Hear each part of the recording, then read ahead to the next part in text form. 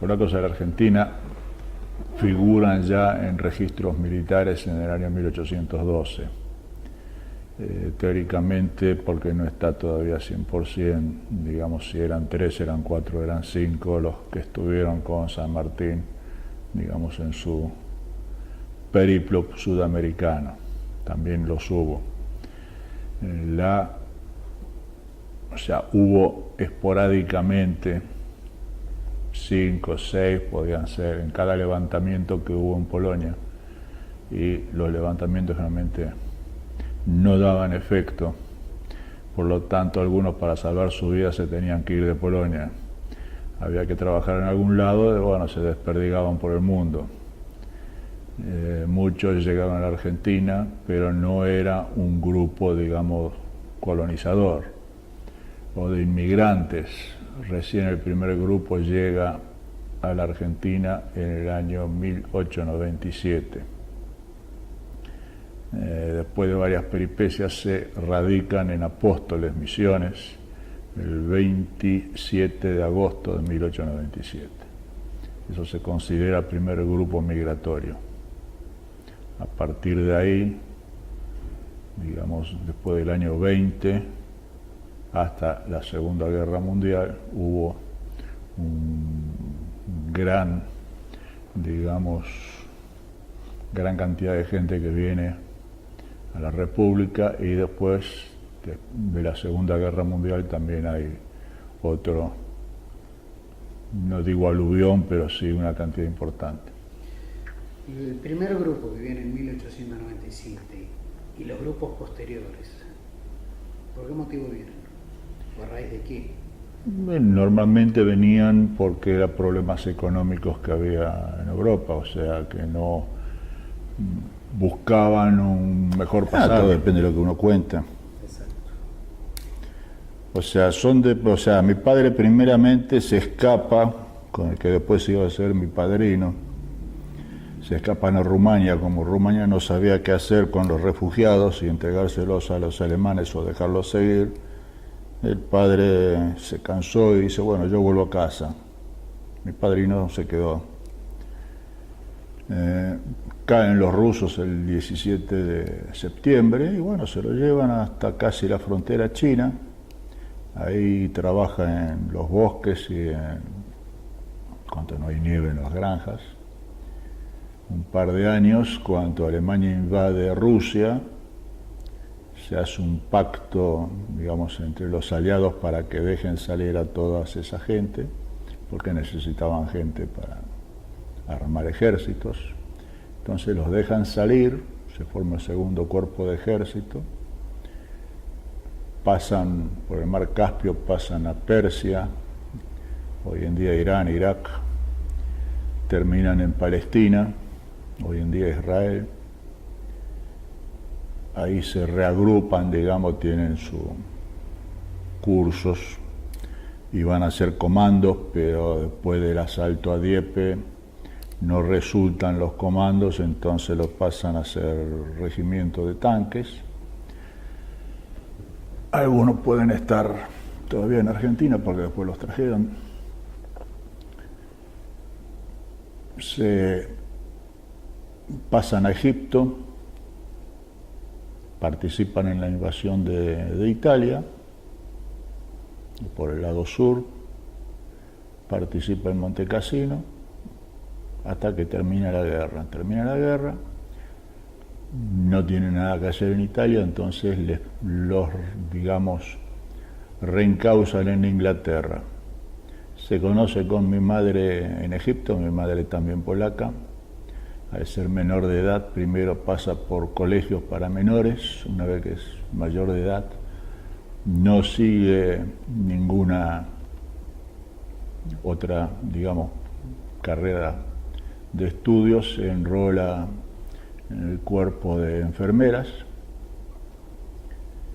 se conocen ahí y bueno, la guerra los separa desde ya y se casan en Inglaterra. Nazco yo, no había mucho que hacer, quedarse, se pueden haber quedado, mucho trabajo no había, entonces deciden venir a Argentina y bueno, acá estamos. ¿Qué hace tu padre cuando viene acá? Mi padre cuando viene acá, como él era mecánico, consigue trabajo en una empresa textil, Ducilo. Todo depende de lo que uno cuenta. Exacto. O sea, mi padre primeramente se escapa, con el que después iba a ser mi padrino, se escapan a Rumania, como Rumania no sabía qué hacer con los refugiados y entregárselos a los alemanes o dejarlos seguir. El padre se cansó y dice, bueno, yo vuelvo a casa. Mi padrino se quedó. Caen los rusos el 17 de septiembre y bueno, se lo llevan hasta casi la frontera china.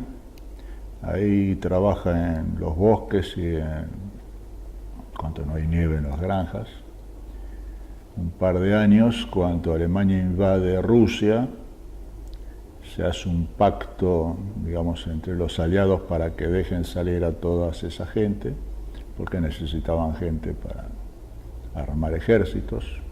Entonces los dejan salir, se forma el segundo cuerpo de ejército, pasan por el mar Caspio, pasan a Persia, hoy en día Irán, Irak, terminan en Palestina, hoy en día Israel. Ahí se reagrupan, digamos, tienen sus cursos y van a hacer comandos, pero después del asalto a Dieppe no resultan los comandos, entonces los pasan a hacer regimientos de tanques. Algunos pueden estar todavía en Argentina porque después los trajeron. Se pasan a Egipto, participan en la invasión de Italia, por el lado sur, participa en Monte Cassino, hasta que termina la guerra. Termina la guerra, no tienen nada que hacer en Italia, entonces los, digamos, reencausan en Inglaterra. Se conoce con mi madre en Egipto, mi madre también polaca. Al ser menor de edad, primero pasa por colegios para menores, una vez que es mayor de edad, no sigue ninguna otra, digamos, carrera de estudios, se enrola en el cuerpo de enfermeras, se conocen ahí y bueno, la guerra los separa desde ya y se casan en Inglaterra, nazco yo, no había mucho que hacer, quedarse, se pueden haber quedado, mucho trabajo no había, entonces deciden venir a Argentina y bueno, acá estamos. ¿Qué hace tu padre cuando viene acá? Mi padre cuando viene acá, como él era mecánico, consigue trabajo en una empresa textil, Ducilo, en la zona de Berazategui, y bueno, en esa época se casaba con la empresa y trabajó 25 años hasta que se jubiló.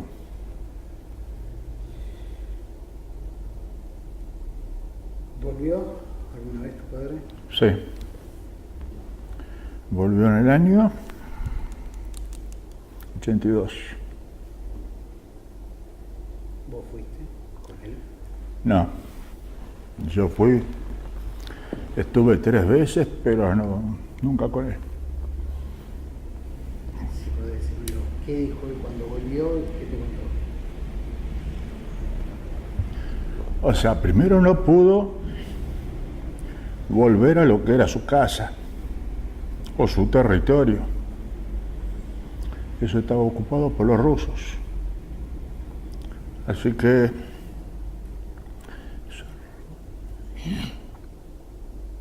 se reencontró con un hermano y la viuda del otro hermano.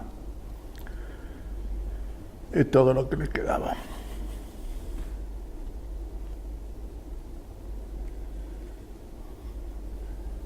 ¿Qué es para vos haber pisado por Polonia?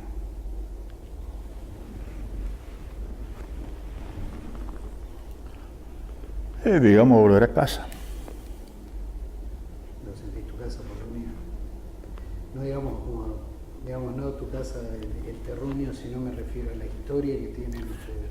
O sea, la mayoría de nosotros, en mi edad, nacimos en el extranjero. ¿Por qué? Por la guerra. O sea, teóricamente, digamos, no siempre se podía llegar a dar, pero hubieran nacido en Polonia. Costumbres, digamos, a ver, las que uno puede mantener en casa son las costumbres de Navidad, de Pascua, son las más comunes, digamos, ¿no? Para decir, bueno, esto se sigue haciendo. Cocinar comida tradicional polaca es una cosa y, digamos, otra es, no sé, yo lo veo así, ¿no? O sea, el idioma desde ya sí. Pueden ser los pierogi, que son como si fueran las típicas empanadas de acá, pero en vez de ser fritas o al horno, son hervidas.